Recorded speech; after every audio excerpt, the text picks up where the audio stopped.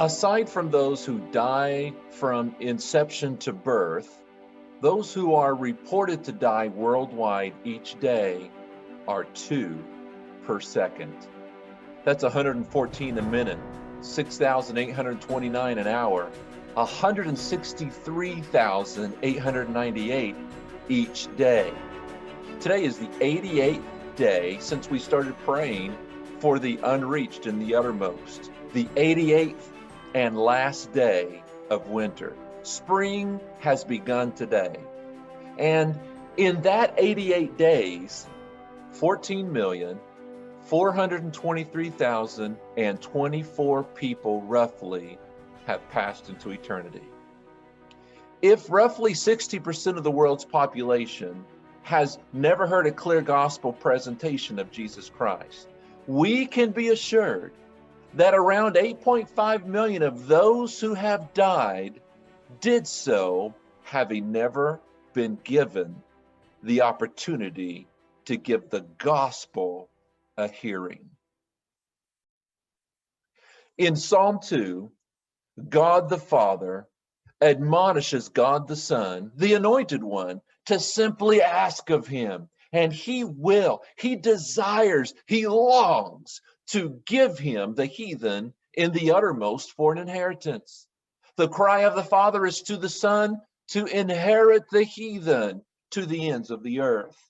Notice that this is an offer which the devil himself gave Christ, God's anointed, in Matthew chapter 4. There, the devil took him up into an exceeding high mountain and showed him all the kingdoms of the world and the glory of them, and then said unto him, all these things will I give thee, if thou wilt fall down and worship me. The devil knew the desire of God. He knew the goal of the Christ. But the promise had already been made from the superior Lord with supremacy and power more than 1,000 years earlier in Psalm 2. God's anointed Christ will indeed inherit the heathen to the uttermost part of the earth. But notice it is not simply talking about inheriting a mass of land. It does say that, but the land in the uttermost is so because of the God-hating, heathenistic kings, rulers, and judges live there. It's people God is interested in inheriting, not simple property. The land itself will be inherited fully at the end of the 7-year tribulation period after the second coming of Christ, who will come and smite all the earth and separate the sheep from the goats and judge them eternally. He will rule over the whole earth for 1,000 years from Jerusalem, from the throne of David. After that 1,000 years is finished, we know that Satan will be loosed and lead a final rebellion with those whose lips were for God, but their hearts were far from him. After which God will destroy and establish a new heaven and new earth, and he shall reign forever and ever. Heathen and the uttermost will no longer be terms or terrain used in the vocabulary of those who are on the earth. Therefore, for Christ to have the heathen for an inheritance, the inheritance being a benefit and blessing to him, having earned the right of ownership through his death and resurrection, the work which not only earns him rights of rulership over the whole earth, but the rights of redemption of any and all who are on the earth.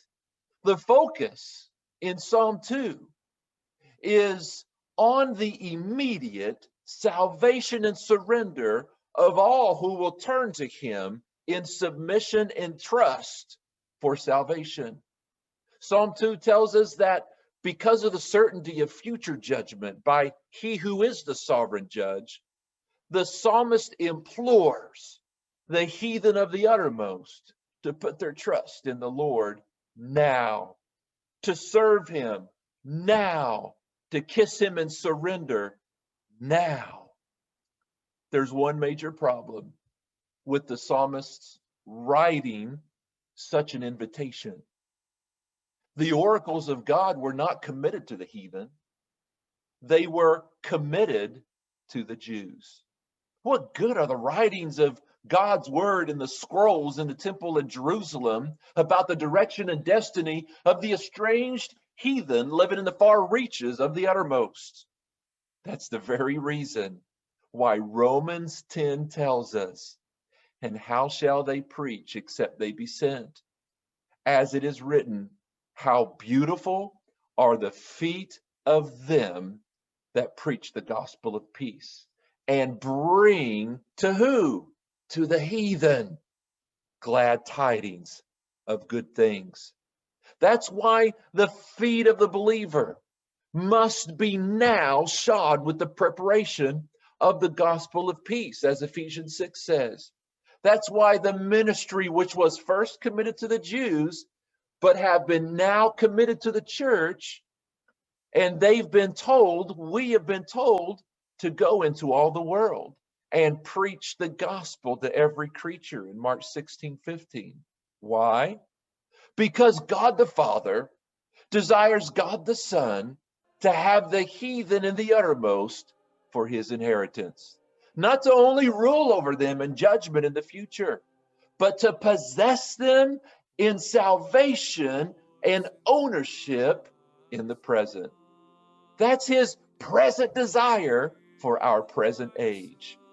Listen, if roughly 60% of the world's population has never heard the gospel of Christ, we can be assured that around 8.5 million of the more than 14 million who have died during the winter days, they did so raging over the rule of God that has them and will have them.